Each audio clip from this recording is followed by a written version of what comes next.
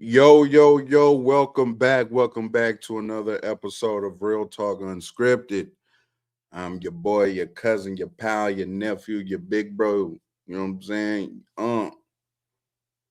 Cutting in from around the way, your boy Real Talk, man. We are back with another episode of Real Talk Unscripted. Um, a lot to talk about. The playoffs are here. The playoffs are here, ladies and gentlemen.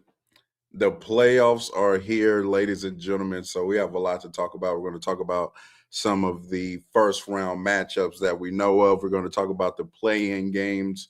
Going to talk about some of the awards. We're going to talk about the Rookie of the Year race. We're going to talk about a lot. We're going to talk about a lot. So, you know what I'm saying? Glad to be here. Glad to talk with you guys. You know what I'm saying? Like the stream, like the stream, like the stream, like the stream. Make sure if you are here, live audience, make sure you like the stream. Also, let's start hyping videos as well.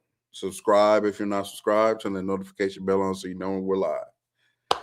All right, a lot to get into. I'm going to obviously start with my two teams playing one another. So the Houston Rockets and the Los Angeles Lakers, that seems to be the first round matchup that we are going to get at the four or five. Yes, at the 4 or 5 position. Um, we're getting the Los Angeles Lakers versus the Houston Rockets. Obviously, the Lakers are down Luka Doncic and Austin Reeves.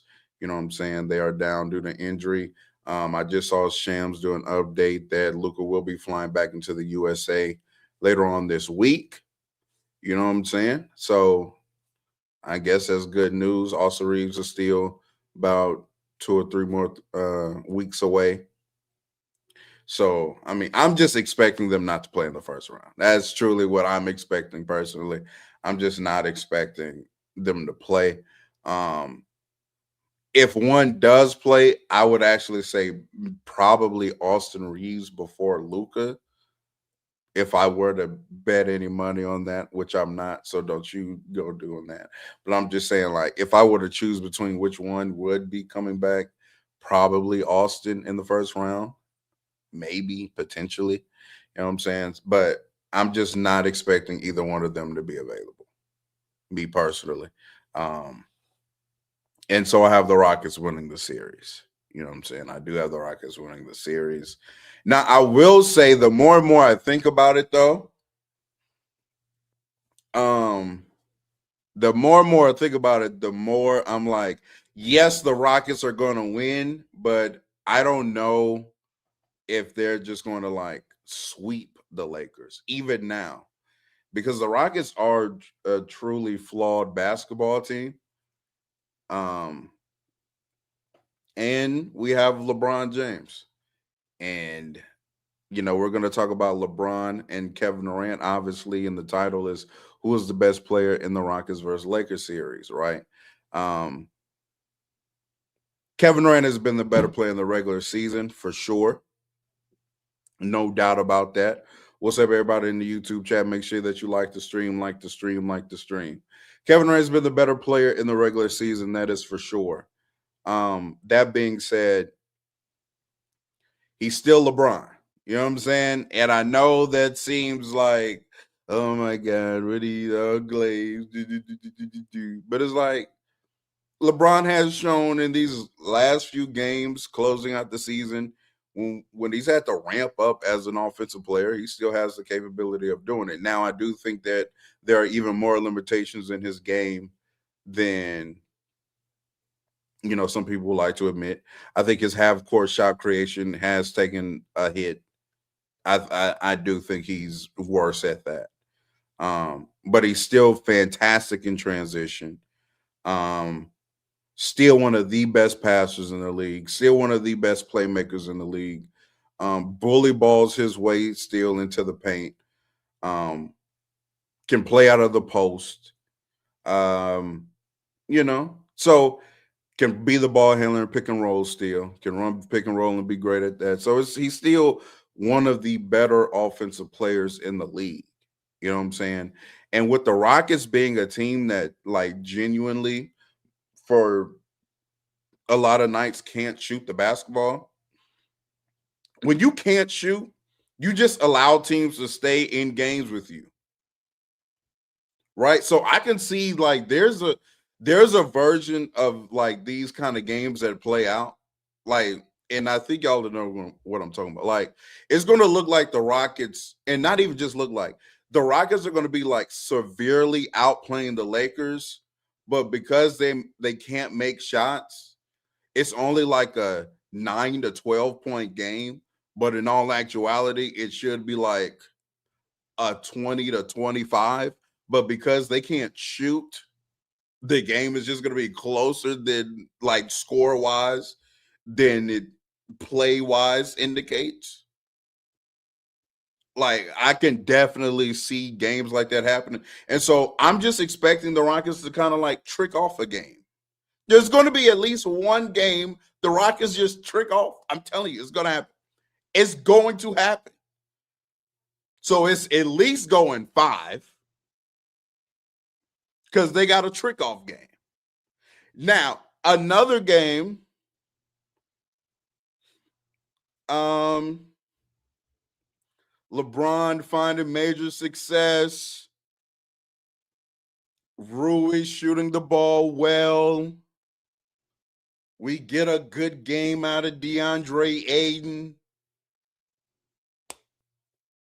You know, then maybe we get that game. But the farthest this is going is 6 games. That's the furthest this is going. That's the furthest it's going to 6 games. The absolute furthest. That's it. But yeah, not the Lakers. The Rockets are just they're such a funny group of basketball players, man. They're funny guys, for real. Yeah. They're hilarious.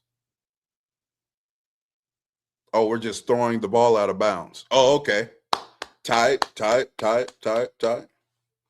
Oh, we're really just gonna let KD get doubled and not do anything about it and just watch him turn the ball. Okay.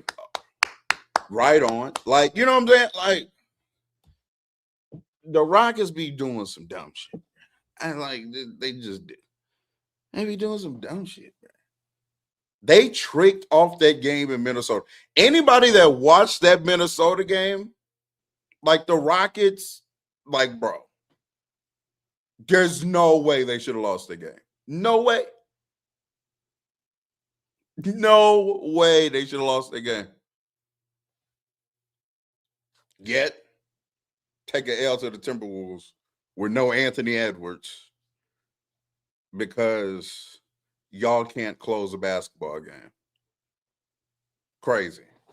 Shout out to everybody in the live chat. Make sure you like the stream, and hype the video as well. What's up?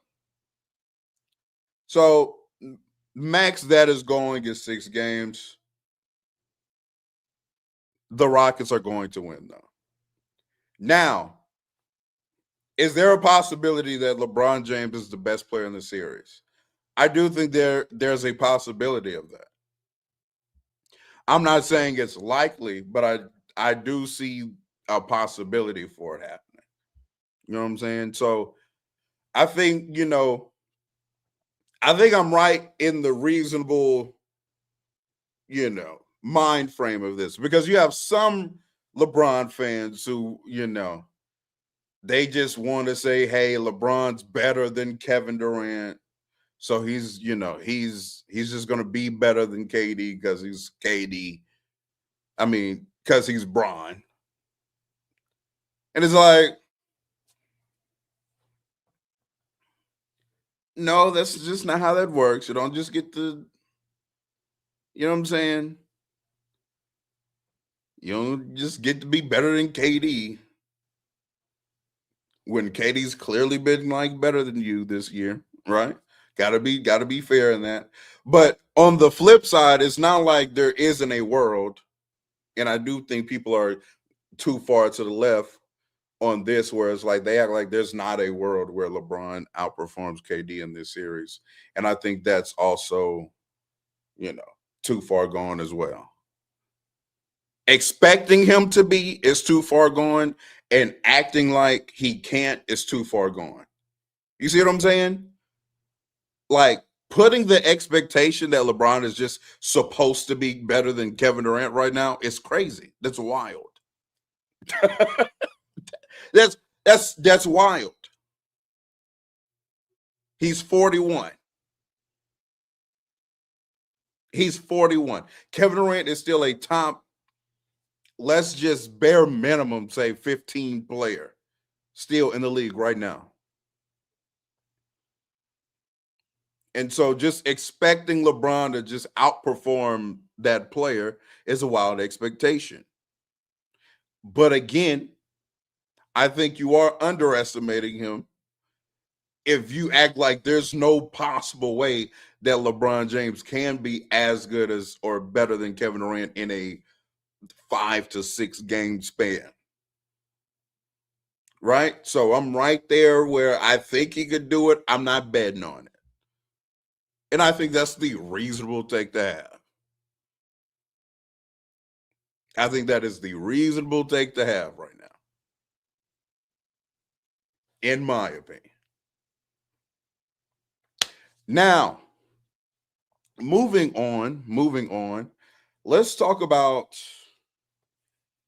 Denver and Minnesota. As you all know, I have been very high on Minnesota this year. I've been extremely high on Minnesota. I think they are a playoff team. I think that's when they play actual basketball and hit their ceiling more often than not, especially in the early rounds, which I want to point out, by the way. I want to point this out specifically about Minnesota. Minnesota usually plays their best playoff basketball in one of the first 2 rounds, right? So the thing that we've seen about Minnesota is they play great round 1, good round 2, flame out in the conference finals. You know what I'm saying? That's kind of been their pattern. But like the first rounds are where we're seeing like, oh, Ant's averaging 40 or whatever. Or he's getting 40. Oh, okay. Cool. Don't y'all call I'm seeing Ant get called the new generation Lillard. I've been seeing some people in the chat talking about that. Well, guess what? Playing Damian Lillard in round 1 is different than playing Damian Lillard in the conference finals. That's all I'm saying. That's all I'm saying. That's all I'm saying. I think this is going to be a very intriguing series. This is dependent on the health of the Minnesota Timberwolves. Obviously, Anthony Edwards needs to be healthy, but we do know he's dealing with some kind of discomfort in his knee. I mean, we know this, it's reported. So here's, oh my goodness, here's the thing. So let's not act as if, because there are going to be people. I already know this. People know I'm big on Ant. People know I'm high on Ant. If Ant doesn't play well in round 1, there are going to be people adding me. There are going to be people in my comments. There are going to be people. Oh, what is that about Anthony Edwards? I thought you said Anthony Edwards was. Right? And we're going to act like we don't know he's hurt. That's what's going to happen. We're all going. There's going to be collective amnesia of Anthony Edwards is playing hurt. I'm telling you, that's what's going to happen. I'm telling you, if he doesn't play up to par, there will be complete amnesia that Anthony Edwards is right now playing through an injury. People are just not going to care. They're going to be like, hey, I just said,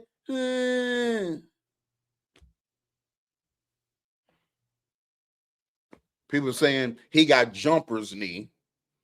which is a similar injury to Steph Curry that kept Curry out for 20 some odd games. But we're just going to act like Ant's not dealing with anything if he doesn't play well. So let me just start there and just bring up the context that we all collectively know Anthony Edwards is playing injured. Okay, let's start there. Now, obviously, I think that bends, that gives Denver the advantage this series. I have Denver winning this series. I think that is more probable, right? I think that's more probable. If I were to bet, I would probably pick Denver to win the series because I do not know how healthy Anthony Edwards is. And Mars makes this point, which, when we talk about, who's the X factor and, who's the most important player for the team, for this team to win, and people are going to like role players and stuff like that.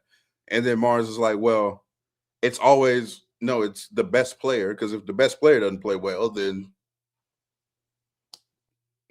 all the other shit is null and void, right?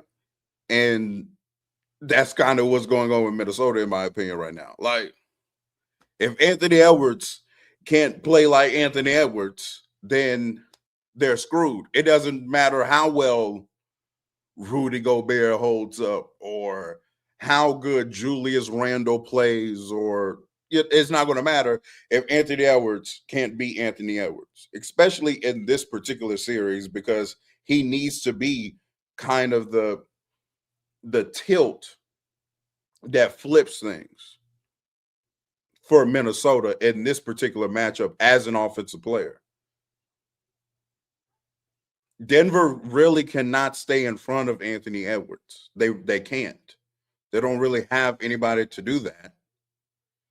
And then we all know what the rim pro in Denver looks like.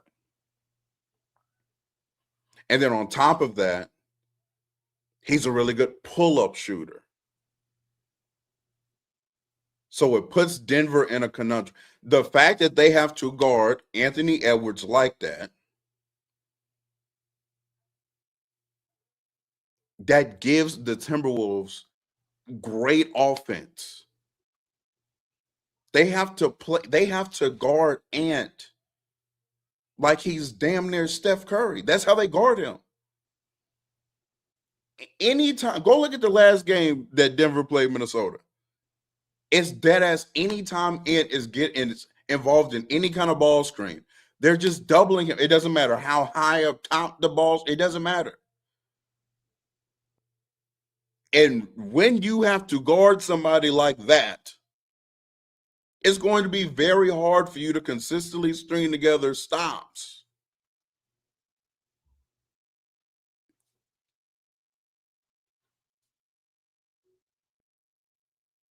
And this is where people who like believe offense is the end all be all,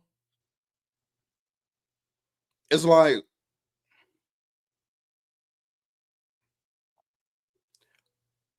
there may be other great offensive players that on a game-to-game basis, they're not as good offensively as you are. Like, there's depth, that is true. But these players that do hit those heights offensively, but then on top of that, they're facilitating the other great offensive player that's not as good as them being able to perform that well or give them that offensive advantage because they can't guard.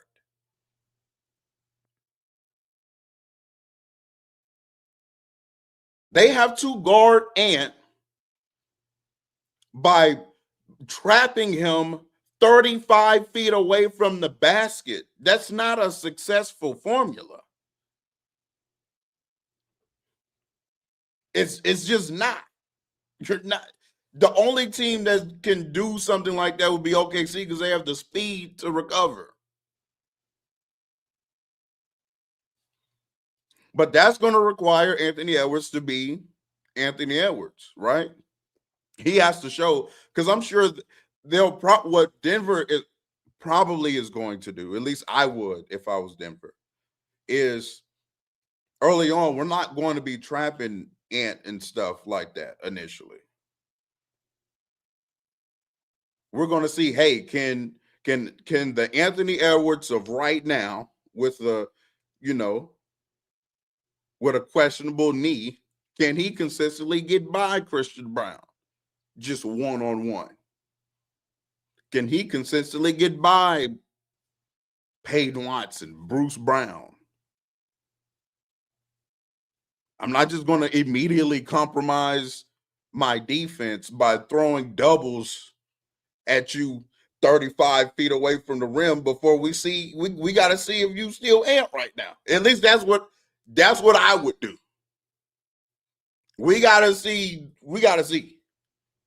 Now, if he does start cooking, then you start throwing the doubles and shit. But I got to see it first. I got to see it. Yeah, I got to see it.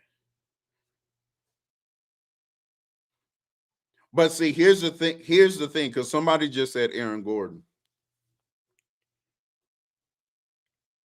They're not going to. Aaron Gordon can't guard Anthony Edwards, by the way. Just FYI for people that need to know that. Aaron Gordon can't guard Ant. He's not quick of foot anymore. He can't guard him. But even if he could, then I don't know. Then what, you put Christian Brown on Randall?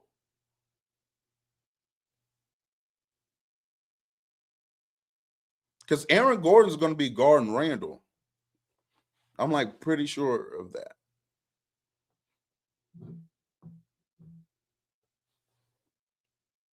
So I'm,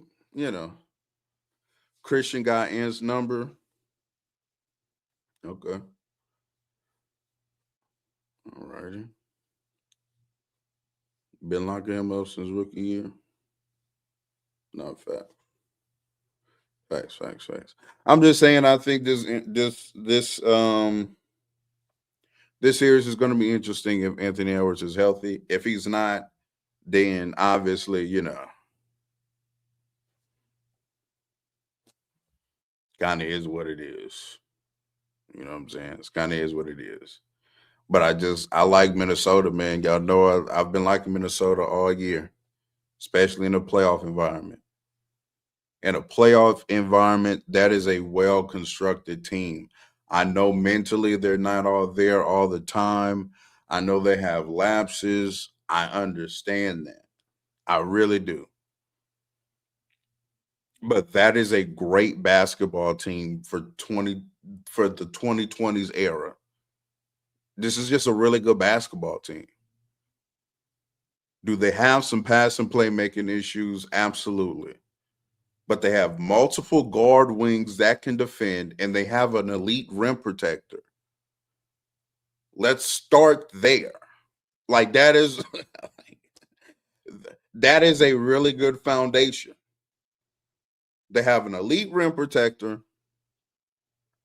They have people that can guard. Great foundation. They also then have a top 10 player in the league on their team. Really good foundation. I love the pickup of Dosunmu. He's been fantastic as a Wolf.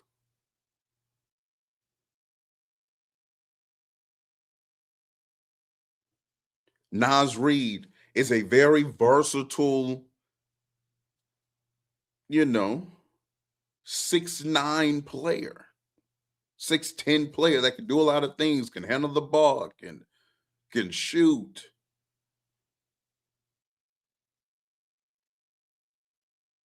Julius Randle can still attack mismatches very well. We have to stop acting like he can't do that. If you don't have somebody who can guard Julius Randle, he will give that person a tough time. He will. We've seen it.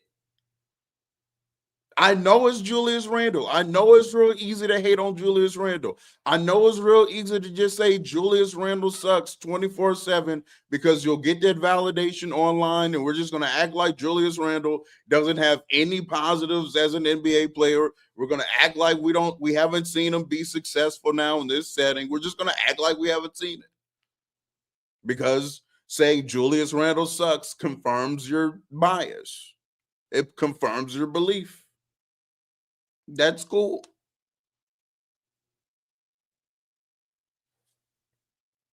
Same for Rudy Gobert. I'm critical of Rudy Gobert, but I definitely understand the value of Rudy Gobert. Still one of the 5 best rim protectors in the league today. They have him on their team. They have one of the 10 best players in the world on their team. They have size and athleticism on their team. They have shooting on their team. That is a really good basketball team.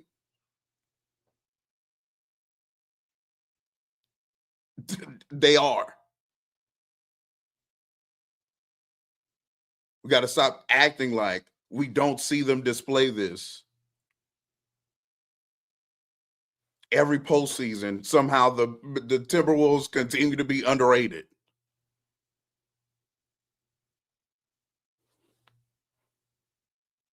People act like we're just acting like we haven't seen what they've been doing.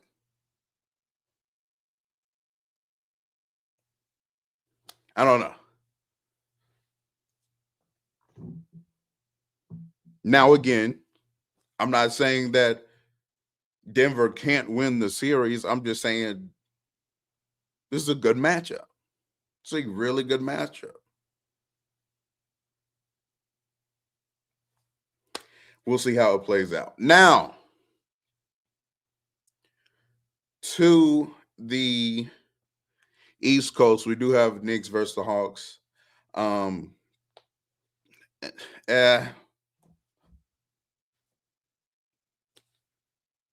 know,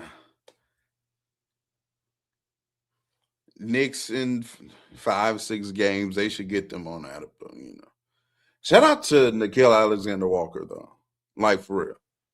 What a story! What a development story! What a season he's had! What a season that he's been phenomenal this year. Just absolutely amazing. Who would have thought that Nickeil Alexander-Walker could be a 20-point per game, 40% shooter on 8 or 10? Like, that brother can hoop. Like, he's a hooper. He can play. Now, I have definitely seen flashes of like, oh yeah, he got game for real. Also, I was saying that about Jaden McDaniels. Jaden McDaniels can hoop. Y'all be belling him out with that, bro. Jaden McDaniels can play basketball, bro. He got a little off the dribble game. He got a mid-range game. Now he can shoot threes well. Like, he needs to be a more aggressive offensive player. I think y'all be belling him out with that. He needs to be a way more aggressive offensive player. Like, he's good. He is a skillful player.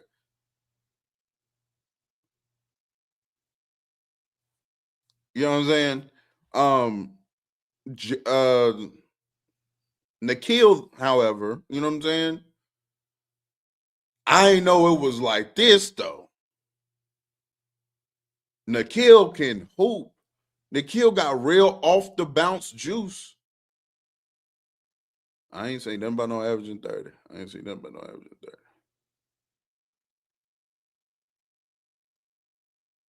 You know what I'm saying? He got real off the bounce juice.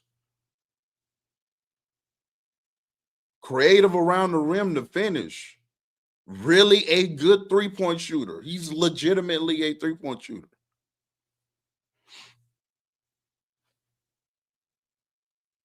Like Nikhil is a hooper. Salute to that boy. You know what I'm saying? Salute to him. Salute to him. I think, so. And what's funny is the Timberwolves would have had that player the whole time. But let's just say, theoretically speaking, Nikhil Alexander gets traded next year back to the Timberwolves. His role on that team and his function will look way different after he went to somebody else's team to do that when he's been on your team the whole time. Isn't that hilarious? Like, if they got Nikhil Alexander Walker right now, he'd be a way bigger focal point of that offense than he was when he was playing with them.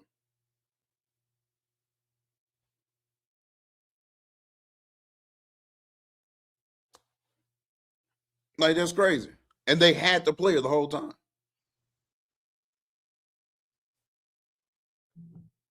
So, shout out to him getting his opportunity and letting his game speak for itself, because he's definitely done that. He was amazing. He's been amazing. He quite frankly wasn't this good. I don't know.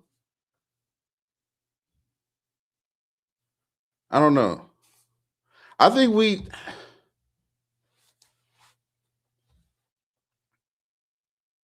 we do under appreciate the value that volume brings, right? And I think that so much, I think we're starting to have that backwards, actually. As far as less of something, meaning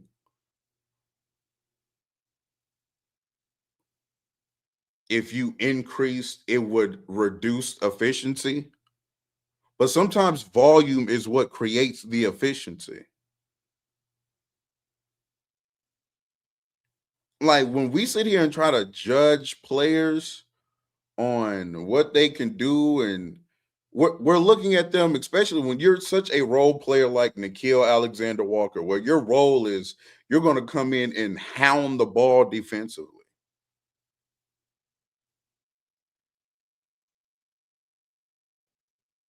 Like, that is your job. You're going to come in and pick up full court and guard the ball. And then you're going to get, like, some kick out passes and stuff. And it's like, we're really going to judge that player on the 4 attempts he gets to maybe catch and make a drive or something like the volume is what's needed to correctly evaluate a player. I'm sorry. You're not collecting enough data. You're just not. And with volume, again, comes like confidence. You're not worrisome on every possession because there's going to be another possession. Just what that does for you mentally as a player. Like, yeah. Because then it's like,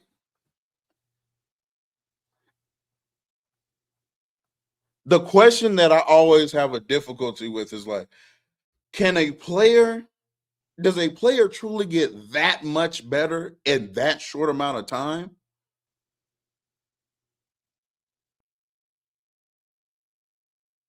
Like, you see them, like Nikhil Alexander Walker, you think he was that good of an off season through, what was that, 3-4 months? I'm not saying players don't get better in the off season, because they absolutely do. But to this extent? Or is it just truly, yeah, he's better, but it's also just he's better because it is more freedom. He does have the volume. Like, that's part of him being better as well. It's like the opportunity to do so. The opportunity to being better helps you be better, if that makes sense. I think I'm making sense. Am I tripping? Am I tripping? I don't think he can be this good on a real contender though. But like, why though?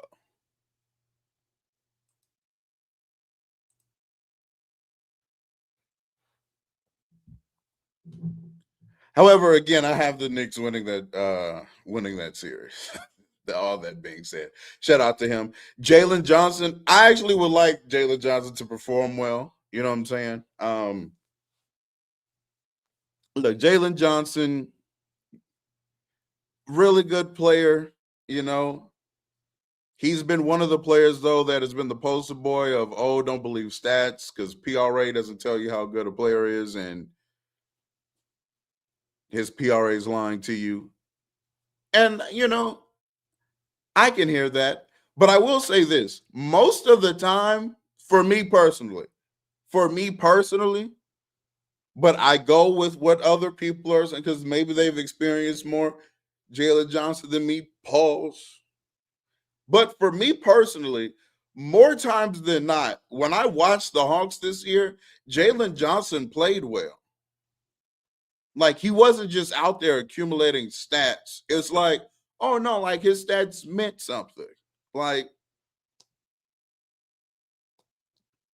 the 23 he had was a good 23, and the 10 rebounds were good, and he was passing the hell out of the ball tonight. Like, I don't, for me, that's more times than not when I watch Jalen Johnson. Oh, he's hitting the little turnaround fader today. Oh, he's hit two catch and shoot threes today. Like, you know what I'm saying? Like, he plays well. I don't get it. Now, do I see games? I have watched games where I've watched him play, and it's like, oh, Jalen Johnson has accumulated stats today. I'm not saying those games don't happen, but I'm saying more times than not, though, it's like the production is like meaning something. He's not just out there just getting stats. And I think we do overblow that sometimes. We do overblow that. Because more times than not, chat, just to be just quite frank, because I know a lot of times we big brain things and stuff like that, but more times than not, the player that had 24, 11, and 12 had a good game, like an actual impactful. More times than not, that player was actually pretty good. You know what I'm saying? You know what I'm saying? Like, yeah, there are instances where those numbers are misleading. There are instances where those numbers weren't that impactful, etc., etc. That is true. But those are the exception. But we act like that is the rule. When somebody is having that productive of a game, statistically, 8 times out of 10, it was a good game. You don't just get 25, 13, and 12, and it's not a good game. We focus on the exception to that concept. You know what I'm saying? Now, that's not to say that somebody's 37 and 6 is just as good as your 32, 11, and 12. A la a Shea. Shay's 32, 6, and 7 are very loud, very impactful.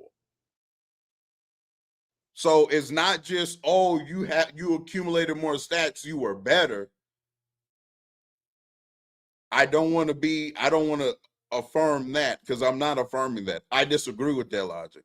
But what I am saying though is that more times than not, what's more likely is that the 28, 11, and 8, he played well. He legitimately played a good basketball game. That usually happens more times than not. You know what I'm saying? And to me, the player to where we did start like doing this too because we wanted to undercut what he was doing was Russell Westbrook. I'm sorry.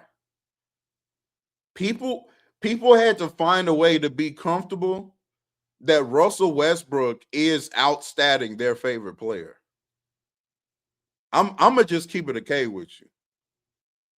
I'm gonna just keep it a K with you. That's like that was like the first player to where people started trying to have deep dives on basketball because it used to be a stat like that talk. As a Kobe fan, I would know. Because coming up, if you were a Kobe fan, what was LeBron fans doing? Well, LeBron averages more points, rebounds, assists. Like that was their whole argument. Stat. He averaged more stats. That's how basketball was discussed for a long time because you know what's funny is because it correlated with the best player, I guess. Right? Because LeBron kind of used to be the stat guy too. You know what I'm saying? But it got uncomfortable for many people because Russell Westbrook was out here getting 28, 15, and 17. And you trying to tell me why the guy that's averaging 36 and 7 clears. But that used to not be an accepted argument way back when, you know? But we have to start realizing that yes, it is more than PRA, but that still doesn't undercut the value of that PRA. Like somebody being that productive is that is a plus. That is always and always will be a plus, especially if they're doing it even on league average efficiency. That's what was making Trae Young so good as an offensive player.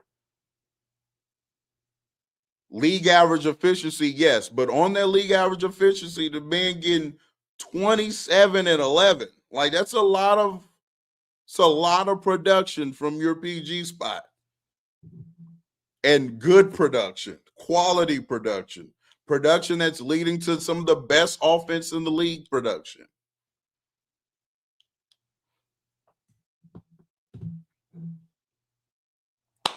But anyways, that was a whole nother tangent. I didn't even plan on talking about that. That was a little side tangent. Um, I do want to talk about a little bit about the MVP because I'm seeing like there's this very late Nikola Jokic push, and I need that to quiet the hell down right now. Like, let's be actually serious, bro. Let's be actually serious. The past 48 to 72 hours, all I'm seeing are Nikola Jokic fans on the timeline just begging, begging. Look over here. Look over here. We average true shooting. True shooting. Net swing, net swing, net swing, net swing. And it's like, nigga, we watch them play. Like, what? We don't we watched the season unfold, and Shea was the better player throughout the season. Like, we watched it happen. We don't need a stat to like confirm that.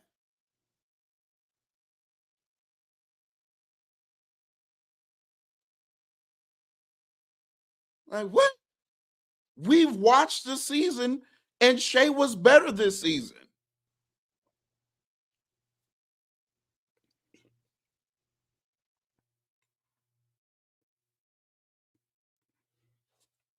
What's like what are we doing? Even see, this is what's crazy. This is what they can't accept. As great as Nikola Jokic started the season in that first, 32 games, do y'all remember what Shea was doing?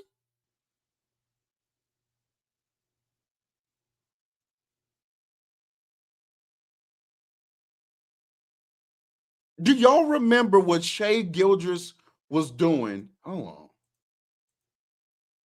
Wait a minute.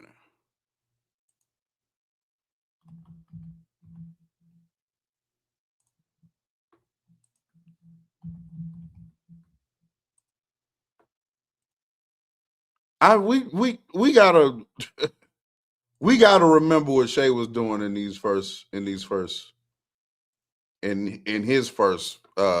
games.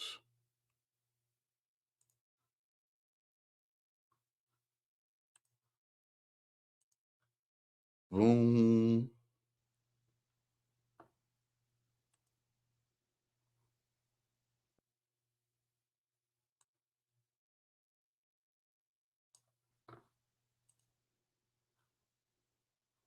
Yo, can y'all can hear me, right? Y'all can hear me, right? I'm frozen. Damn. Am I back? I don't know why I keep freezing, bro.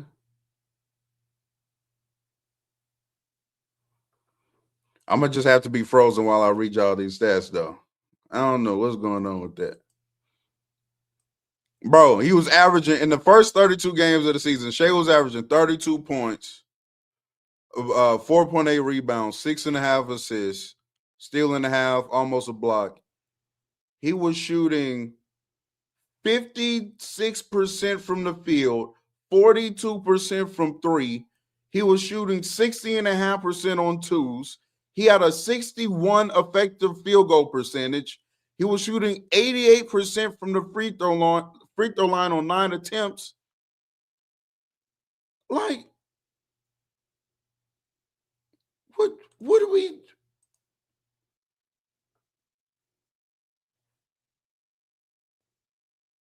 You see what I'm saying?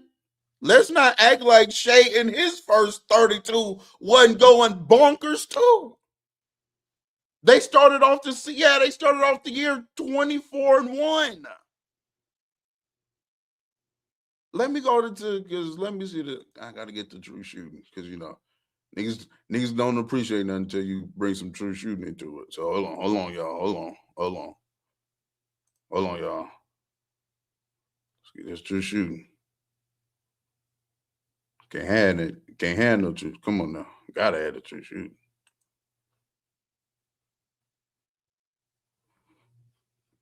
In the first 32 games, Shea had a 67.8 true shooting as a guard shooting twos. He was 56, 42, 88 with a 68 true shooting. Why are we acting like Shea wasn't going stupid too? He was going dumb. He was going crazy to start the season. What are we talking about? People act like Jokic started the season playing here and wasn't no else. And y'all know who I know y'all gonna hate me. Ooh, y'all gonna hate me. Y'all gonna hate me. But I don't care. Y'all, we not finna forget 34 in Milwaukee's first 30 games either. Yeah, if we're gonna talk about it, can we talk about it? Can we talk about it? We just talking about the first 32. Bro. Bruh.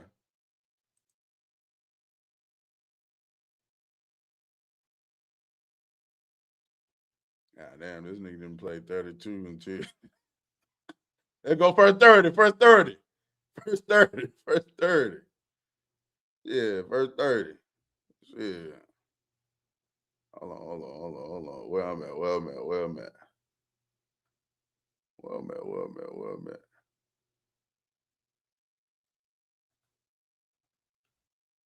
Here we go. Stop it right there. Right there. 29, 10, 6 assists, 65 and a half effective field goal percentage, 66% on twos, 64% from the field, 39 from three. You know. Nothing crazy. Nothing crazy. Nothing crazy. Nothing crazy. Nothing crazy. Nothing like that. Did I freeze? Every time I'm going. So let me know. I can't. I'm done. Can't go on basketball reference. The Tribe won. KD for the title. Lakers in 7 though. I don't know how those two things can correlate, but shout out to you. And Ashton Martin said, "W Real Talk. Salute to you. Salute to you. Salute to you." But yes, Shea was playing ridiculous as well to start the season off. And then Jokic missed a stretch of games. And Shea was balling. And then Jokic came back. And Jokic was kind of playing mid.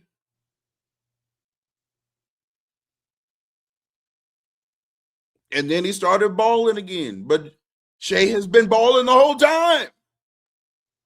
He's been balling the whole time.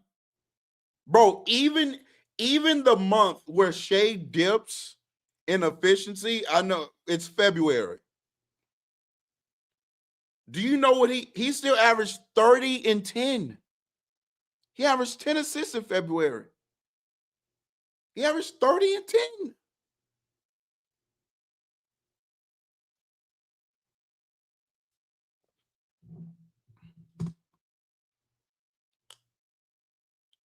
Bro.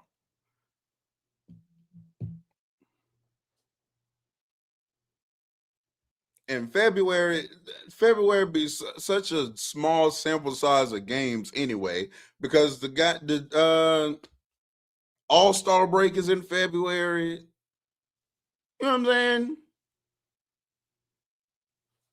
Bro, Shea's been amazing all season, bro. He's the MVP. He was the best player in the league this year. And people are going to try to stat you away from that, but we watched it play out. We are not a community, right? If you're a follower of Player's Choice, if you follow me, if you follow Mars, if you follow Low, if you keep up with um Nerd Sesh, if you keep these are people and communities.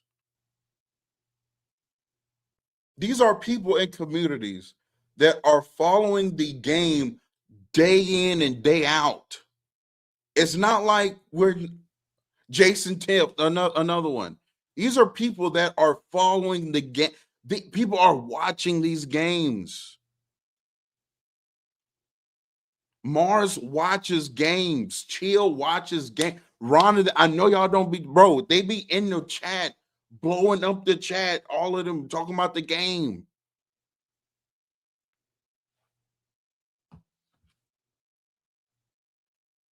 Carson is watching the games. Logan's watching the games.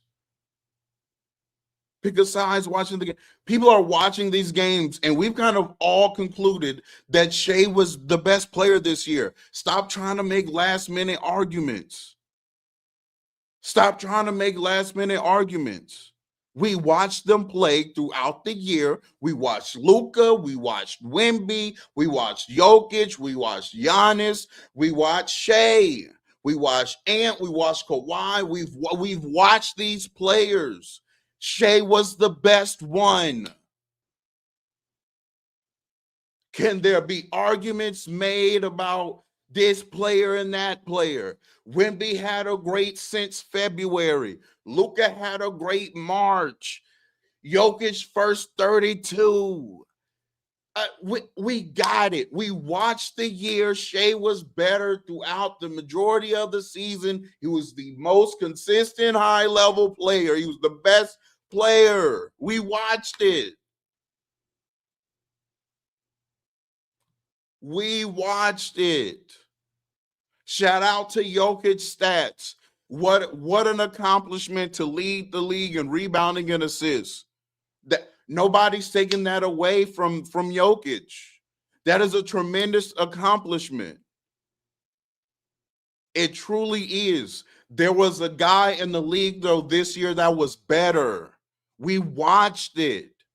We watched it. SGA was better. SGA has been closing game after game after game this year. And being so dominant that he doesn't even have to play some of the other fourth quarters. So he's so dominant that he doesn't have to play fourth quarters. And when he does play the fourth quarters, he's the best player on the planet then. We watched it. We watched it. Stop trying to stat us out of what we watched. We watched it. He's been the best player this year. Give it a break. Oh my goodness. I'm so tired of all these fan bases of these other players still trying to make last minute arguments. We watched the games. We watched it. We saw it. He was better. Shai's been the best. He was better. We watched it. Salute to all the stats that Jokic accomplished this year, and I'm not saying that as a knock. I'm truly not. So shout out to the stats that Luka was able to accomplish this year. Tremendous season, historic season. Shout out to Wemby, one of the best defensive seasons that we've seen. All that being said, we watched the season and Shai was the best player. We watched it. There is no since February argument for Shai. There is no in March argument because he doesn't need one. He's been the best the whole time. He doesn't need us. He's been, since the season started, he's been the best. Since the season started. And how about we use that since?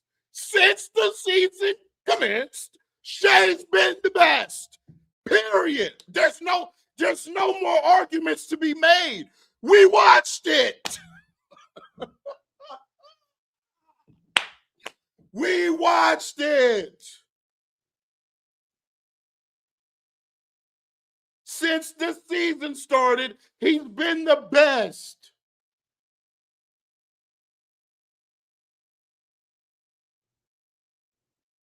Goodness gracious. All of these last minute arguments from these players, from these fan bases, please give it a rest. Give it a break. We watched the season.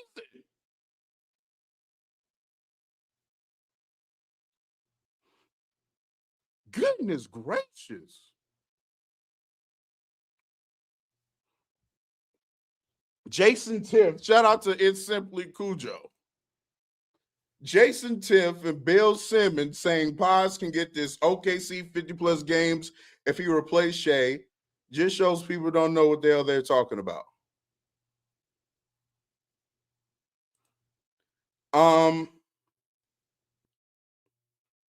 That's the other uncomfortable truth that, like, the Shai fans need to live with, though. Two things can be true. Shai is a phenomenal player. Shai's the best player in the league. He's also playing on the best team in the league. This is very reminiscent of Michael Jordan's teams, in my opinion.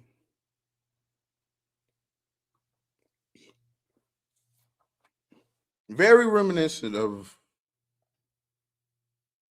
because, like, there are years where, like, Michael Jordan is for sure playing on the best team in the league. And guess what? Michael Jordan's team did quite literally win 50-plus games without him. And I know Michael Jordan fans try to sweep that right under the rug. They just sweep that right under the rug. Them people won 50-something games without Michael Jordan. Again, if that had happened to LeBron James or any other player, that would be something used against them. Because we used the hypothetical against Shai. We haven't even seen. Y'all, we haven't even seen OKC actually win 50 games in an entire season without Shea, and we use that against him more than against Michael Jordan, whose team actually did it. And this nigga is the most protected athlete I think I've ever seen in my life. But moving forward,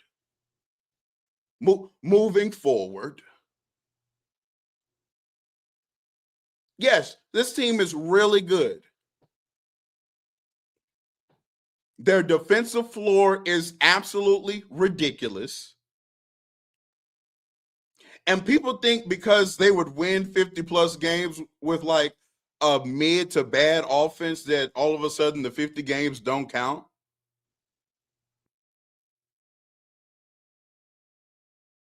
That kind of shows like our bias just naturally towards offense.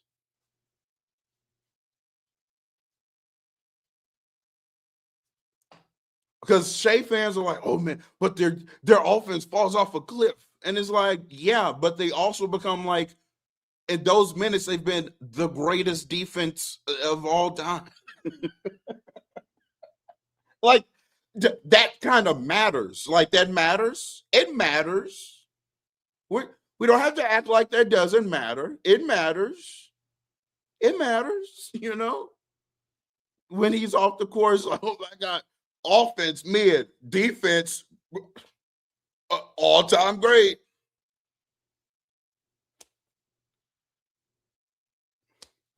The defense usually is going to win out still. But that doesn't diminish the player that Shea is. It doesn't. It does not. And to be fair to Shea, to me, he is quite literally him and shout out to AJ Mitchell. He's been good this year. But like the support is more defensive than offensive. So it's like that still doesn't negate what Shea's doing as an offensive player on this unit. Like, you see what I'm saying? It's not like he's playing on this team just. I mean, they're better now offensively. We'll see if Isaiah Joe, Jalen Williams, McCain can hold up. We'll see what J-Dub is looking like. But, J-Dub's been out, who's viewed as like their second best offensive player. And AJ Mitchell has missed like chunks of the season. And Shea just goes out there and just leads him to a 120 offensive rating, just like clockwork. Just every single time, 120. So like, yeah, he's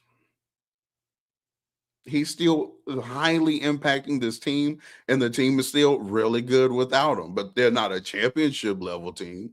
Obviously, if there's no Shea, they're not a championship level team. But they do have a really high floor. Another player that kind of has it knocked against him that his team is really good all the time, Jason Tatum. And this year, we didn't have to, it wasn't a theory. The Celtics were able to win 50 plus games damn near without Jason Tatum. But that doesn't mean Jason Tatum isn't still a really good player. Two things can be true. Two things can be true. They're obviously still a better basketball team with Jason Tatum is on the court. Speaking of which, I want to apologize because I want to apologize to Jaylen Brown because I let them I let influences and statistics kind of guide me away from like common sense. The on-off numbers about Jaylen Brown and the Celtics, they're cute. Great argumentative tool. At the end of the day, we all know that team, specifically this season, would have been far worse if Jaylen Brown wasn't playing.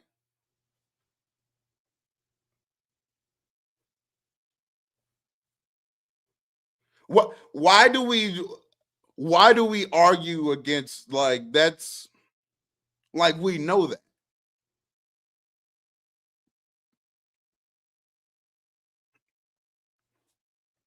Do are we? Because is it like are we truly saying are we truly saying like let's actually say this out loud and then because once you say it out loud you realize some things I'm just saying once you say them out loud you realize how dumb they sound if like let's actually think about this Celtics team this season without Jaylen Brown.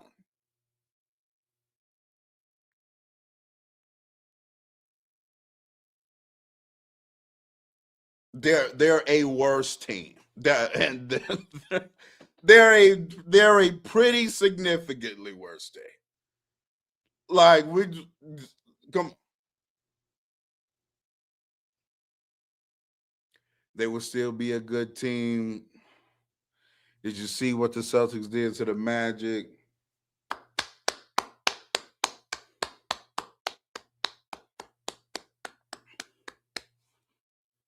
I did see what they did. Very, very impressive. That would be one of the 82. They got to go out and try to replicate that 81 more times.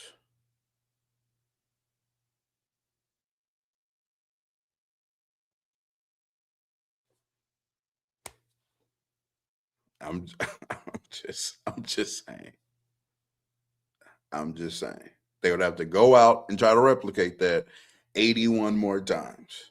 Yeah, go ahead and get a Baylor Shireman 30. If you think they finna, it's just finna hit like clockwork, blessings to you. You know what I'm saying? But I'm just saying, like, now I still don't have them anywhere near the MVP award. Let me make that very just abundantly clear.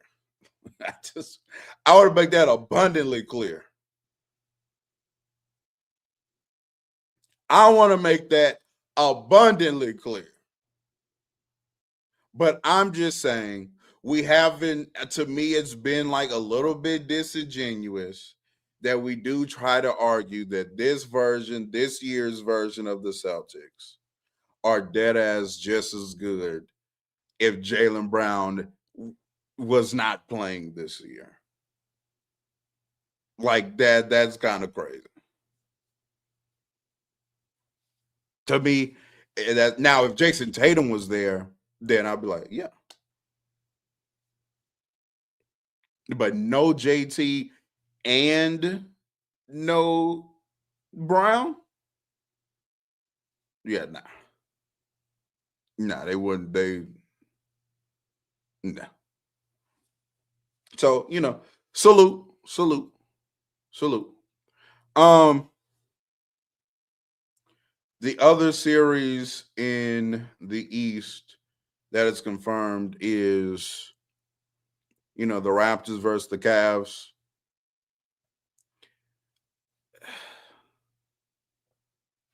I mean, I got the Cavs. You know, I got the Cavs because the Raptors probably can't score though. More so than like the Raptors could get enough stops to compete with the Cavs if they could score, type thing. Like I do think they'll cause some problems for the Cavaliers as a defensive unit from first stretches of the game. That being said, I just don't believe in them as an offensive unit to even capitalize on those moments in the games. To be honest with you, I just they can't really put ball in a hoop too great, man. They really just don't do that too well. If they did that a little bit better, Toronto would be an interesting team. But they just don't do that, so they're going to lose, and that's unfortunate for them. Probably in like 5, 6 games. That's what I got that going. You know what I'm saying? Um, this is such a big year for the Cleveland Cavaliers, and I do just want us to remember that. Let's remember that because everybody's starting to talk about the Celtics because Jason Tatum has come back. Obviously, that is headline news, and now that many see them atop of the Eastern Conference, many people are talking about Detroit, obviously, who won 60 games this year, right? And they deserve that respect. They've been one of the best teams in the NBA all season long. The Knicks have performed well this season. I know people be on and off about the Knicks, but the Knicks are also in a very important year. We'll talk about that as well. And that being said, they did trade Darius Garland to acquire James Harden, which signals they are in this is win now. Because the better player moving forward a couple years from now will be Darius Garland if he can play. That is the question mark. But if he's on the court in 2-3 years, Darius Garland should and probably will be a better basketball player than James Harden. So they need to do something like right now. They need to win right now. So this is a huge playoff run for the Cavaliers. Otherwise, significant changes will be coming in Cleveland. Significant changes will be happening. They got to at least get to a conference final. They got to at least get to a conference final if they trying to look anywhere close to or have anywhere similar roster to what they have right now.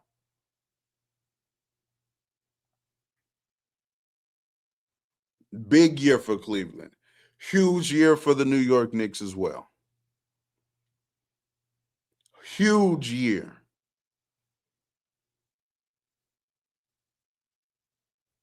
They got to get something done right now as well.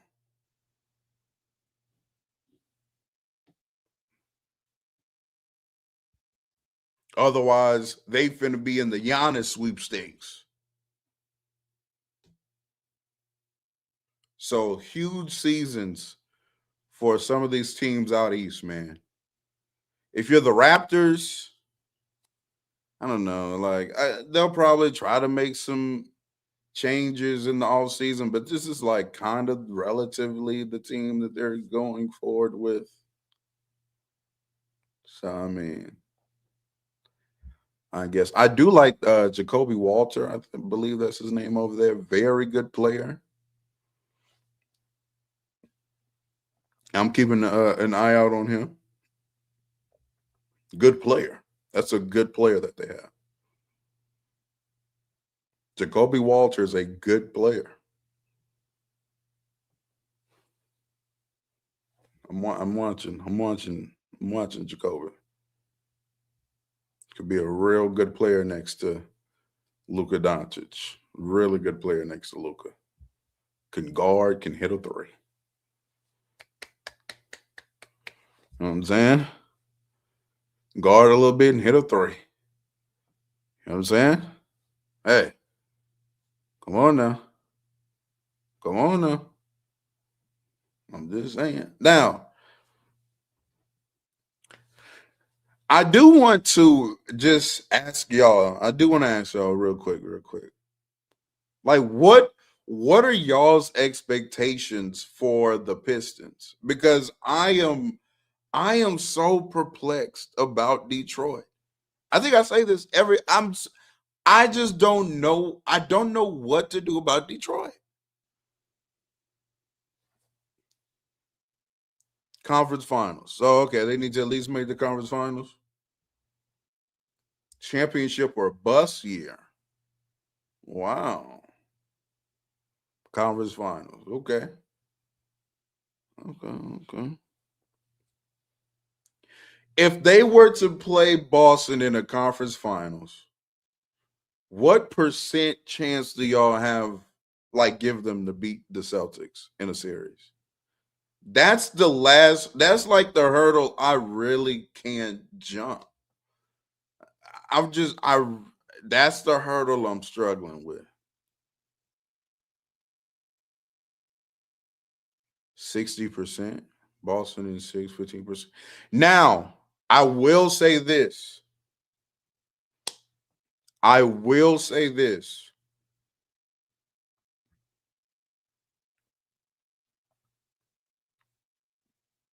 If Detroit does what the Knicks do against Boston, I do think that gets interesting, especially late in games. But it's going to be dependent on how much do they want to tilt one way or the other. And that's the problem with Detroit. It's like, okay, if I do want to play with Asar and Cade and Holland on the court, like Holland has to make some of these open shots for that to like start making sense. But if they go to switching everything, I think they can guard. They can stay in front of Brown and Tatum.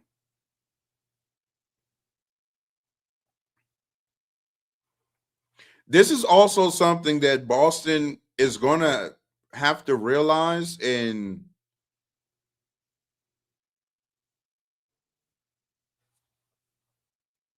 Jalen Brown is their better isolation player. He should be the one closing the games. Like Tatum should be playing off the ball in those situations.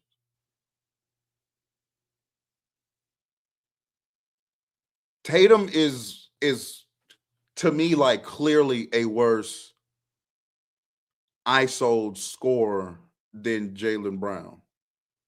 I think Jalen Brown like is clearly better than him at that.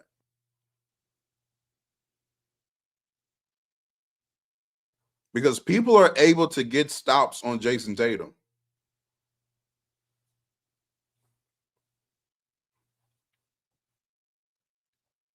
People are able to get stops on Jason Tatum one on one.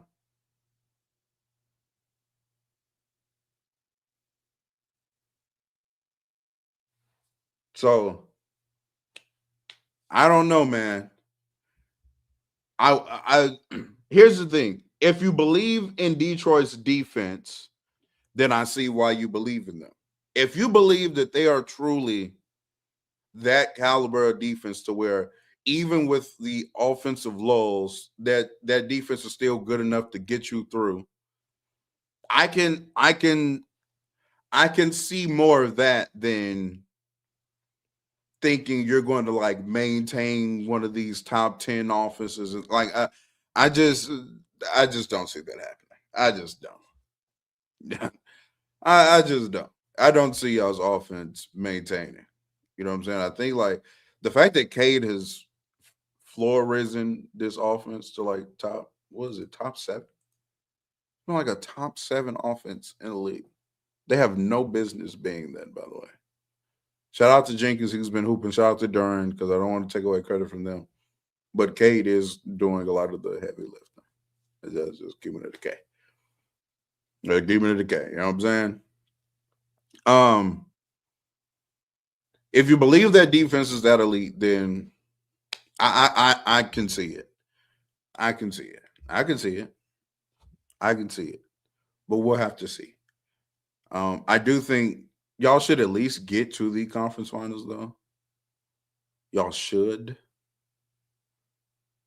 Yeah, if you get bounced before the conference finals, I would see that as a bit of a disappointment, in my opinion, as far as how well y'all have performed in the regular season.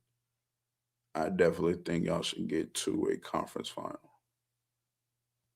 So we shall see. We shall see. I'm about to play in matchups. Talk about those real quick. Um, we've got Charlotte and Miami. Now, look, bruh.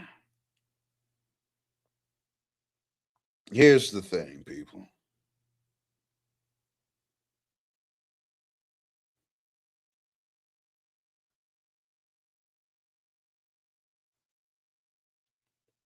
Here's the thing.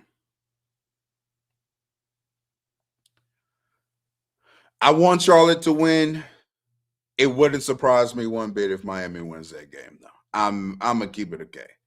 I do think this would be like something that Eric Spoelstra will spoil. You know what I'm saying? I definitely see that avenue, bro. For our sake, we need Charlotte to win. There would be so much of a better watch. They would be a more competitive team. Like Charlotte to me is a better basketball team than the Heat. They are. But it's a one game sample size, so Eric Spoelstra gonna be out here in a 1-2-2 or some goofy shit. We don't know, bro. It's one game, bro. Um, for our sake, though, we need Charlotte to win. Let's all be hoping that Charlotte wins. Better basketball will be played if Charlotte is still around and Miami is the one to go. So fingers crossed for that, right? We also have Philly versus the Magic. The Magic just got beat by the Celtics G League team. Not looking great for them. However, again, though, we've seen Paulo fake hit threes in a different kind of setting and stuff like that. And again, it's one game. But I'm hoping that Philly wins so we can see Joel Embiid in the 76ers in the playoffs. Because again, I think they're a far superior team than the Magic. You know what I'm saying? I think they're better than the Magic.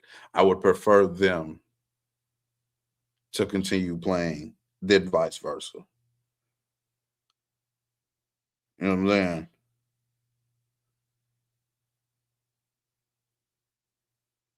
Yeah, so if Philly wins, they just go ahead and they become um, the seventh seed, and then the Magic hopefully would be playing the Hornets for that eighth slot.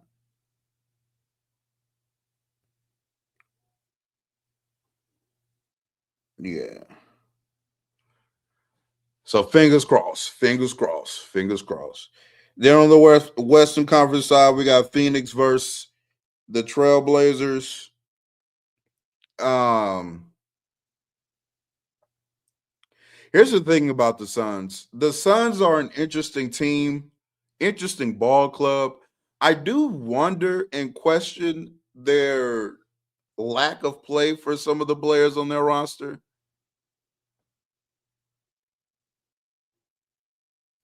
Um, I don't know.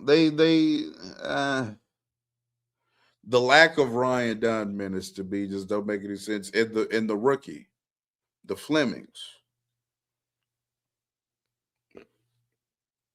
I think he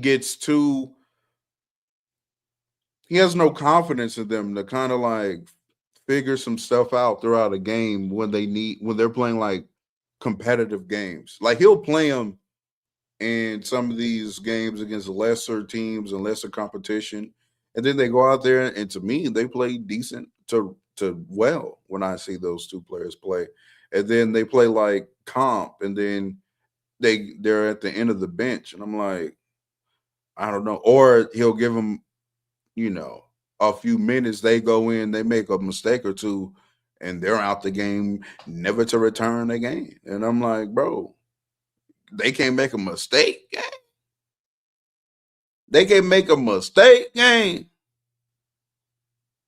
My goodness. Because they are a better defensive team when those players are playing on the court. Ryan Dunn is a special defensive player. That's a hell of a player to just you can't find no minutes for him. Zero.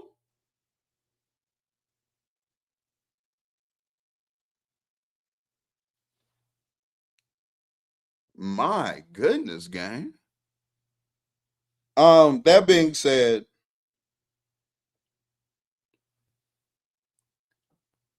I'm going to pick them to beat the Trailblazers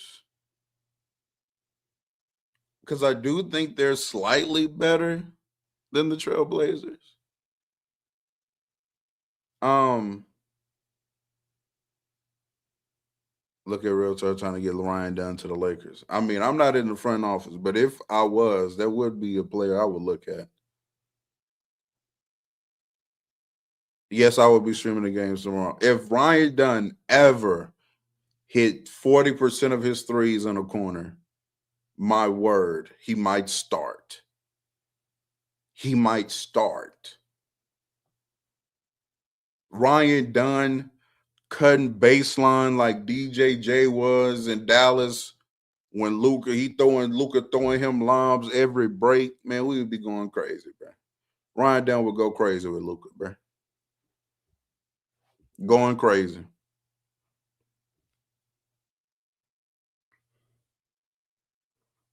Um, I do think Klingon, excuse me, if he's aggressive, can have a good game, particularly on the boards and offensively. One thing about Phoenix that I have noticed, um, middling rebounding team, but when they play like I watched when the Nuggets played the Suns, bro, and I know it's Jokic, but it's like he is going to be the one to kind of make this if it is a problem, it flagrantly stand out. They are kind of like they're a smaller team. They're not that big. You know what I'm saying? Pause or whatever. But like they're not particularly big. Like if you have a bigger physical front line, you can get at them on the boards. And then I saw the Rockets do it. I saw the Rockets do it. Sengun in a men ball. They terrorized Phoenix on the glass that game. So if Klingon is aggressive on the boards, create some extra possessions. Um, Denny obviously have a good game. People are saying Shaden's back. I don't know. I would have to look it up. If so, great option to have back if he is back. But just kind of one other player to go along with or come along with Denny if he's having a good game, and that game could be interesting. It's not like I'm ruling out the Blazers to beat the Suns. I'm just picking the Suns, but I mean, it wouldn't shock me if the Blazers won the game. But I would go with the Suns as far as what I've consistently seen from both of those teams this season. I just think the Suns have been a better basketball team than the Blazers. Clippers and Warriors. Brother, brother, brother. Brother, brother, brother. Clippers and Warriors. Um,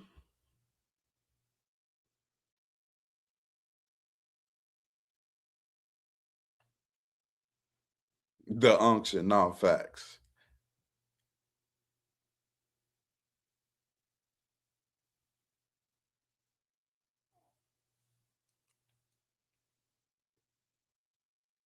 I'm going with the Warriors.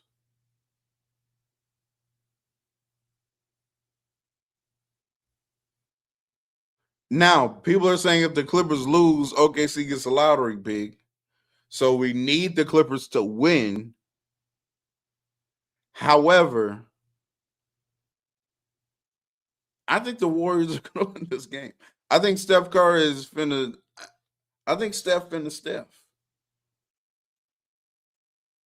I think Steph finna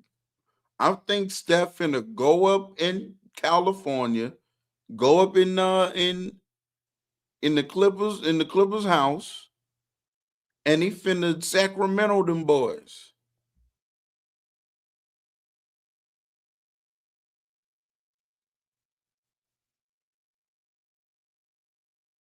I think he finna Sacramento them. Game 7. I think Steph finna go for 40 on some crazy shots too, on some ridiculousness. I think that's what's finna happen. And I think Kawhi's gonna give a valiant effort. I think he's gonna somewhat go band for band, but Steph just gonna have more bands. I want to tell you, Kawhi. I really don't like. I don't even really have all like basketball reasoning. I just think Steph finna beat them. I think Steph finna beat them. Whether it's with 40 or he's gonna be creating such wide open shots for the Warriors.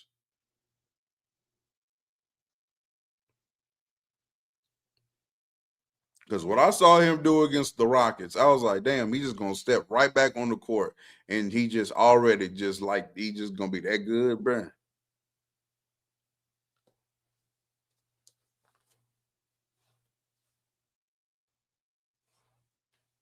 Step back on the court against the Rockets. Good defense, by the way. And just was hitting just ridiculousness, bro. Steph Curry is absolutely absurd. He's an absurd basketball player. He really is. He really is, bro. Steph Curry is an absurd basketball player. He de- he defies the logic. He defied the logic of the game.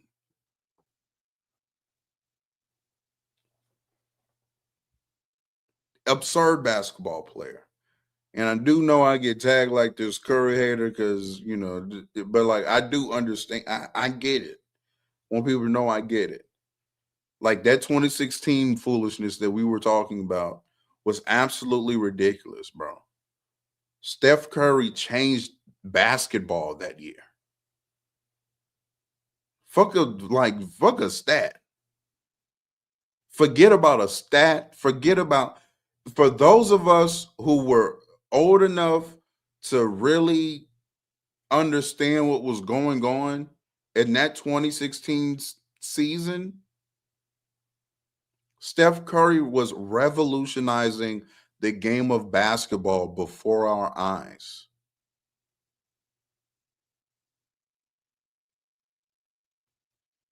Respect to what everybody else was doing in that regular season. Again, we watched it.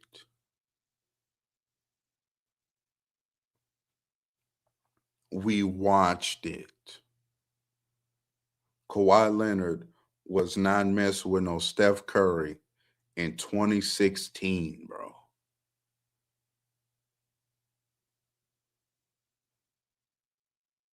Steph Curry was getting 30 by the third quarter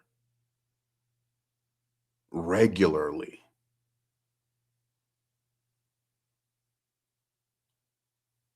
Steph Curry was coming out in third quarters, hitting 4 straight threes regularly, just ending the game. We saw it. We watched it. Did Kawhi Leonard finish second in MVP voting? Yes, he finished second in a year that was unanimous. It was unanimous. Who gives a fuck about the second? It was unanimous. He was second in a unanimous year. So who gives a flying? Who cares?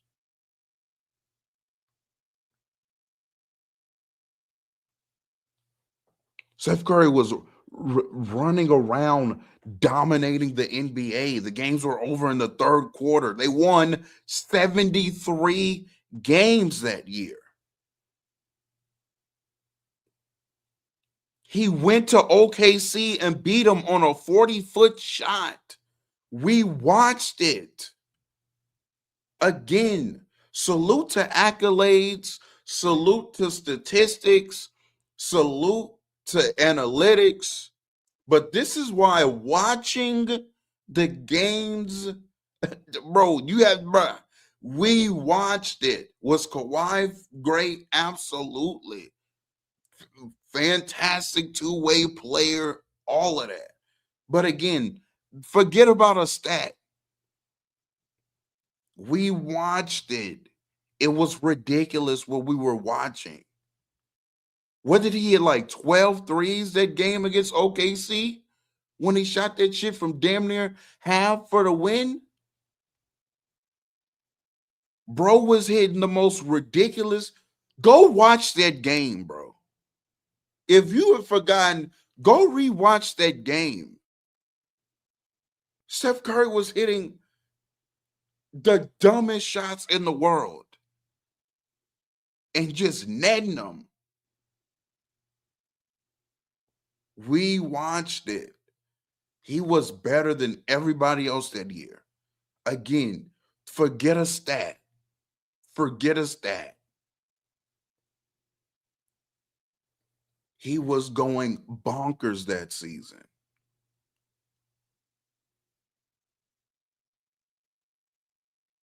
Bonkers.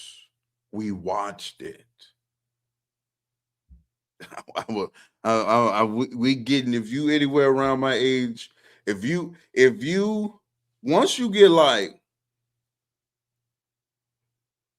20 plus and you start putting together years, and some of y'all who are 20 plus in the chat like know what I'm saying. Like then you do start recognizing or sympathizing with some of the old heads to when they start saying they were there, because narratives and stuff can switch up as the years go by.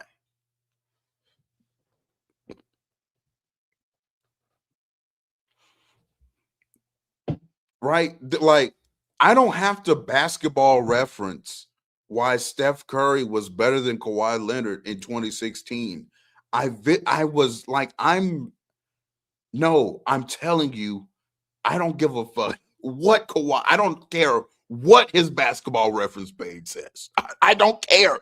I don't care what Kawhi Leonard's analytics say for 2016. I don't care. I watched Steph. Steph was better than him. I watched it. I watched it in real time.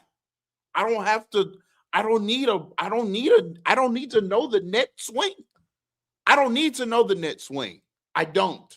I watched it. Steph was better than him. We all unanimously agreed in 2016 that he was better than him. So why would that opinion switch in 2026? We were there. I watched it.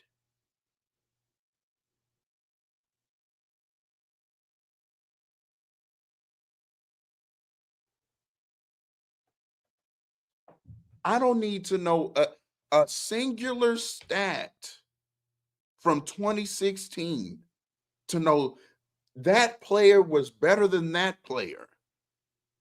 I watched it.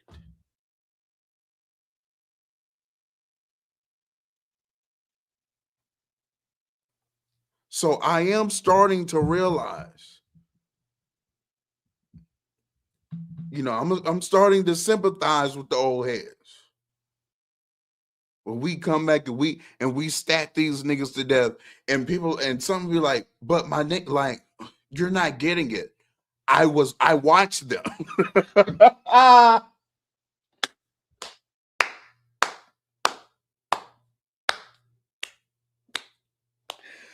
Oh my goodness. We dead ass be arguing with niggas that watched it. Now, sometimes our memory wanes and stuff like that. That is true. That is true. Maybe we have false memories of our memories, right? Maybe we remember wrong. But sometimes, but sometimes, they be right sometimes. They be right. They be right. You know what I'm saying?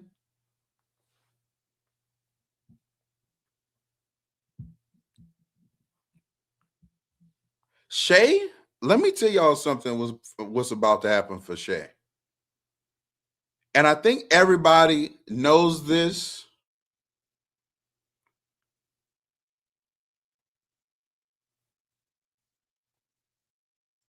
And it's getting it is they know potentially a very uncomfortable conversation is coming up when it comes to Shay. Right? Because a lot of people, analytics world, I mean, he's already past Kobe, you know. Analytics world, they don't even think Kobe is Kobe Bryant. They don't even think that's a name worth considering. Analytic world is if Shea puts together another regular season like this,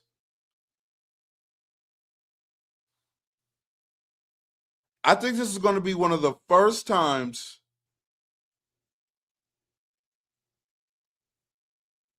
where I think people will be arguing Jordan. I really do. That's how good statistically Shea is performing. Just I'm it now we can it's going to be upon people to contextualize it and stuff like that, but statistically speaking, Shea is he's having those quality he's having those quality of regular seasons for a guard.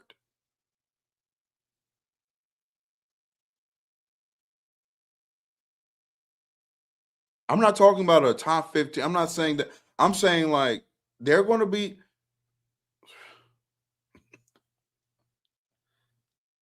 they're going to be putting like his peak next to Jordan offensively and being like, I don't know. You tell me.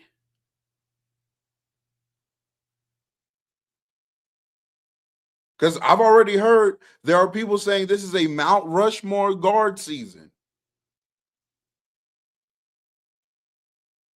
One of the four greatest guard seasons ever.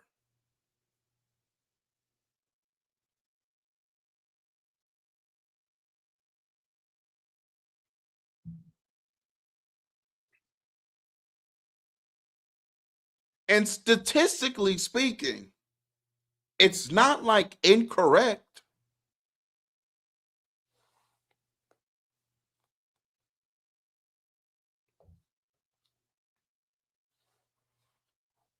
Statistically speaking, it wouldn't be incorrect. Like he is hoping. We look, he is. Now, you know, again, are there ways to contextualize what he's doing? Absolutely. But make no mistake about it.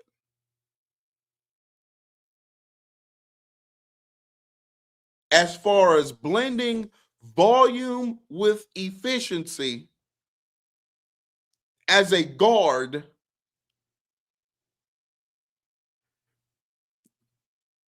there's only been one better season. And that was just barely. And that guy was a volume 3-point shooter.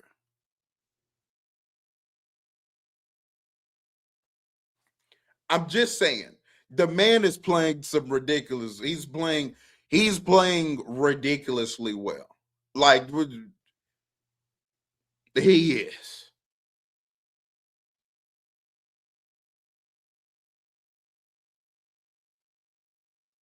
Has he stat padded a couple of those nights to get to the 20? Yes.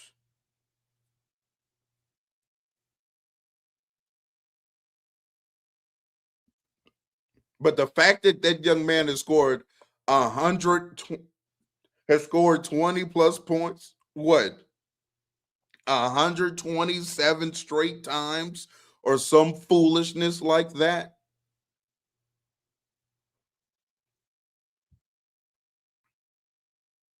If this man goes back to back MVP, back to back all time great seasons, back to back championships, back to back finals MVP, and God forbid he actually like averages 32 on +5 true shooting for that community. Oh, he finna wake some shit up. I need y'all to understand that. They finna wake it up. They finna wake it up. They finna wake it up. They finna, I'm telling you. I'm telling you. Y'all better buckle up. If that young man goes to the playoffs, balls, wins another chip, wins another finals MVP, y'all better buckle.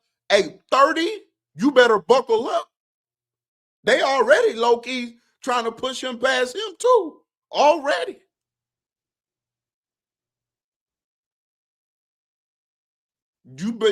Y'all better buckle up.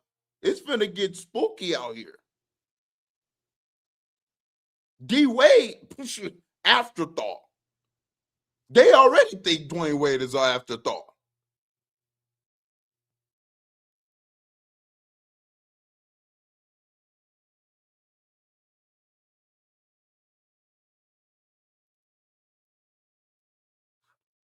I'm telling you, they finna wake this now. They finna wake it up. So just get ready. Just get ready. And if he does all of that this year back to back, starting next season, if you still run around talking about Jokic is the best player in the league, God bless you. I mean, that community is dwindling by the day. Dwindling by the day. Dwindling by the day. If that young man goes to the playoffs, balls, conference finals MVP, finals MVP, wins back-to-back chips, that conversation's over, buddy. Yeah, I need them to. It's finna be unanimous. They do that, he play well, unanimous. Unanimous. Now, what I'm outlining right now, I'm not saying that I agree with these thought processes. I'm just telling y'all what it is. That's what it's finna be. They go back to back. He went back to back MVP, finals MVP, conference MVP, ball out. Oh, it's finna be he finna be hands down. They finna get that Jokic shit so far left. Boy, please. Please.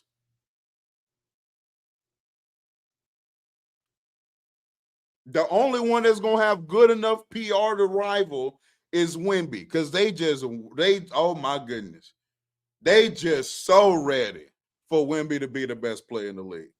So that's the only one that's gonna get that title from Shea if he does that moving forward. The Jokic days of having that claim. If they do that, mark this. I'm telling y'all right now. Mark this down right now. If they do that, the only person moving forward that will be taking and challenging that title for best player in the world from a basketball community standpoint, and that is including the casuals, because people act like the casuals are part of the consensus. And in fact, I would argue they're more of it than the basketball purists, because they're more casual fans than purist fans. That's why I hate when we have consensus arguments on, and then people bring up names like Dirk Nowitzki in '07.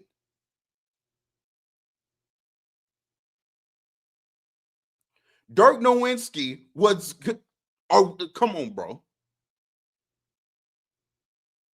But before, I'm not even gonna go on that tangent again.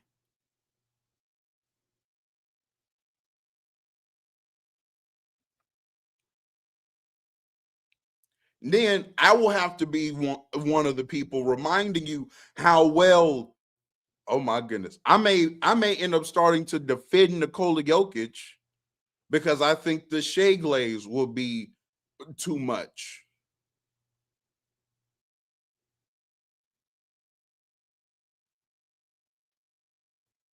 The point to me has always been, I want people to understand the point that I always make. The point is, there are multiple players right now peaking and playing on a season to season basis at a ridiculously high level. That has always been my point. So after let's say Shea goes, you know, he goes down in the playoffs, he wins the championship, plays great in the finals, all of that. Let's give all of the benefit of the doubt, right? Plays well during the playoff run, no down series, gets to the finals, balls out, they win. He goes back to back championship, back to back MVP, right? That following season, let's say Shea is performing relatively close to how he's performing this regular season. But then Wemby comes back, this significantly better offensive player, while obviously still being the best um, defensive player in the league. But because there may be a subsection of people focusing on the Shea, and they're gonna be like, oh, Shea is clearly hands down the best player in the league, and it's like, actually, probably not. And actually, if Jokic, matter of fact, let's not even put the Wemby better offensive player case. Let's just say Jokic plays a full season playing relatively close to how he played in the beginning of that season for the season in totality. I will be telling y'all then there is no player in the league that is clearly better than that player. Even Nikola Jokic, yes. That has always been my point. These niggas is too good for anybody to be running around talking about, oh, this player clearing. Like, nah, bruh. No, bruh. No. Y'all throwing that word too much around. I'm saying clear it and by far and all of that. Man, shit. When nobody in 2023-24 a way better basketball player than Joel Embiid that year. There wasn't. That's foolish to say. It's just foolish to say. There wasn't a player way better than Luka Doncic that year. Way better? Are you crazy? Do you hear yourself?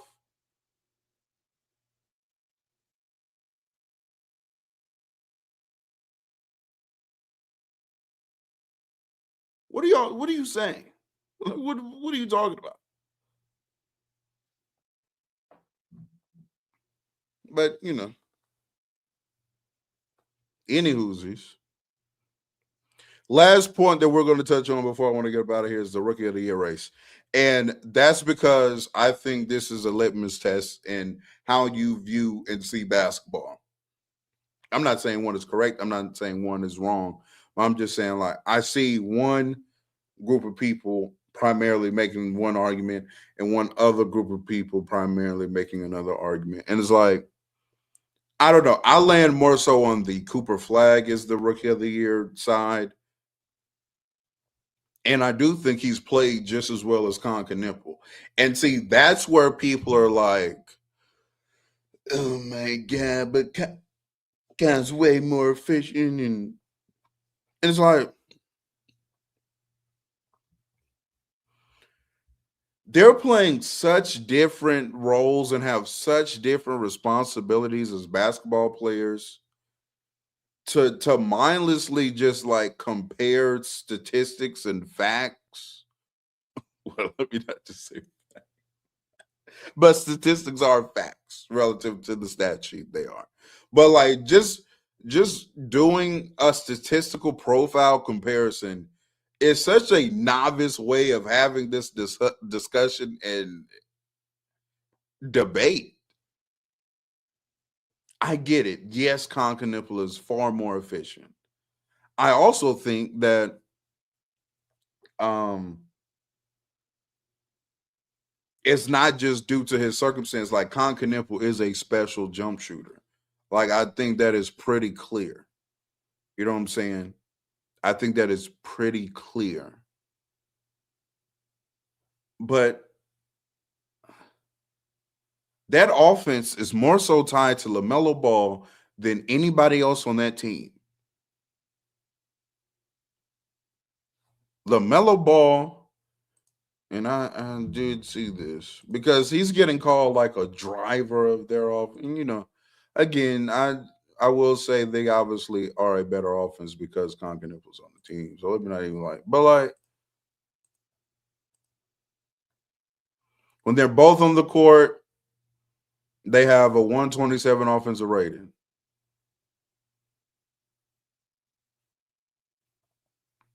Right. When it's just Concanipple and no LaMelo, they go all the way down to a 113 offensive rating. And again, I know I was the one earlier talking about net rating swing and da da da. But I do think that stats do have their particular context. And again, it's not the end all be all. I am just constructing an argument for Cooper Flag. All right. They have a 113 offensive rating with Concanipple on and Mello off. With Mello on and Concanipple off, they still have a 124 offensive rating.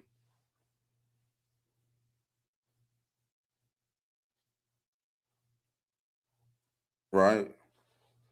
They still have a 124 with LaMelo on and Con off.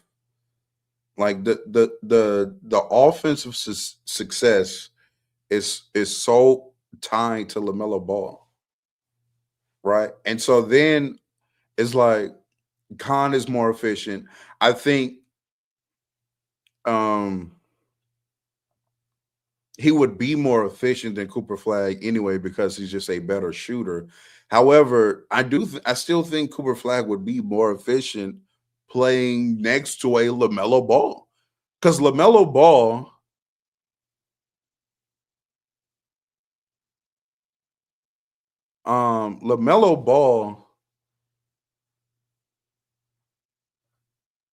has been leading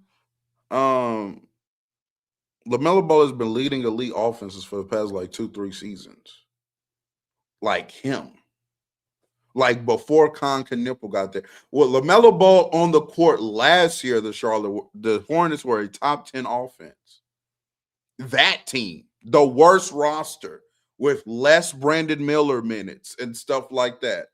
Like that team was a top 10 offense when LaMelo Ball was on the court last year. And so, although I do understand Con Knipple's efficiency, again, I do believe that Con Knipple's one of the best shooters in the world, regardless of. But his strengths are being so maximized in his situation to where blindly leading out, he's having great success, being set up for success. To me, is again just a lazy way of having this discussion. When you look at how in what Cooper Flag is having to do for Dallas. Like, come on, bro.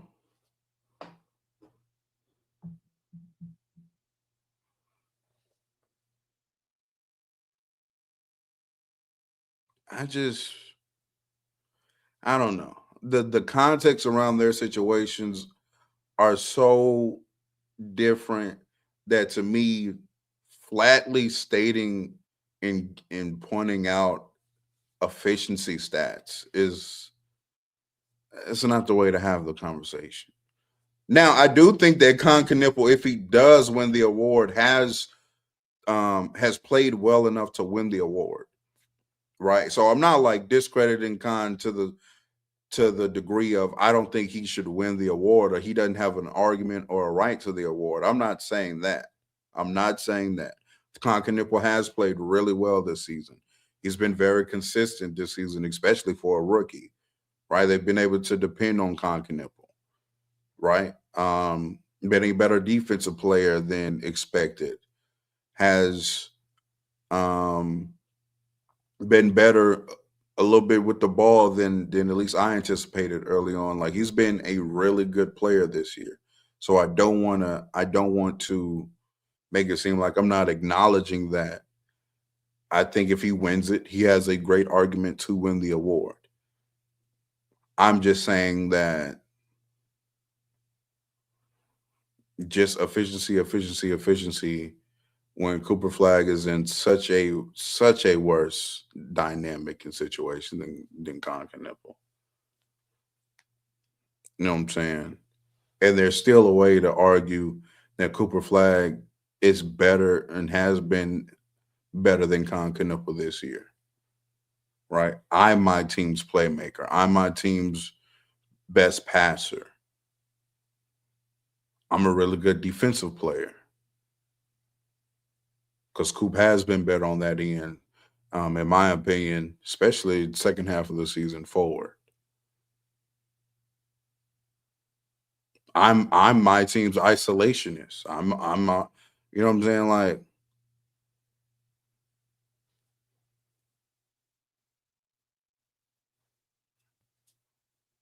I don't know, man.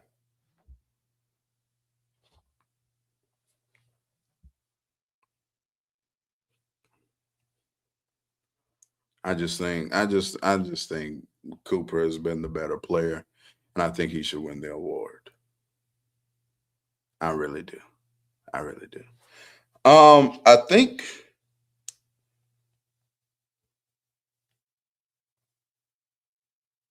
All right, I think I'm done. Yeah, I got another pod I got to do. Actually, make sure y'all tap into Gifted Stream right now. I'm finna go over there right now, so y'all go right over there. Gifted Hoops. We finna go talk about the season and the playoff matchups right now over there. So head over there as we speak, because that's where I will be going immediately after this. That will wrap up Unscripted episode 10. Let me get the link.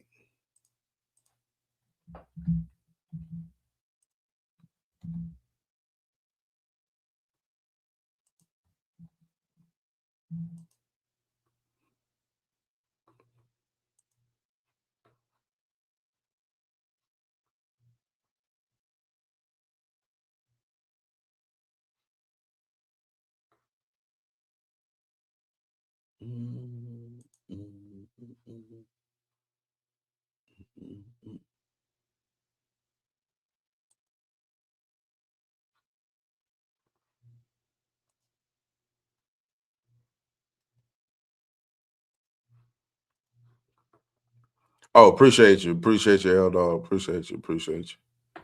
I'm just now seeing you put it in the chat. But there it is. There it is. Head on over there. We're gonna be talking some more hoops over there. But it's been Unscripted episode 10. Appreciate y'all pulling up, showing out. You know what I'm saying? Maxed out at around 202 today. So cool stream, good stream, good stream, good talks. I will see y'all later. Go right over there to Gifted's because we're dead finna start right now. But I'll see y'all later. Peace, peace, peace. Oh, wait. I got a couple super chats.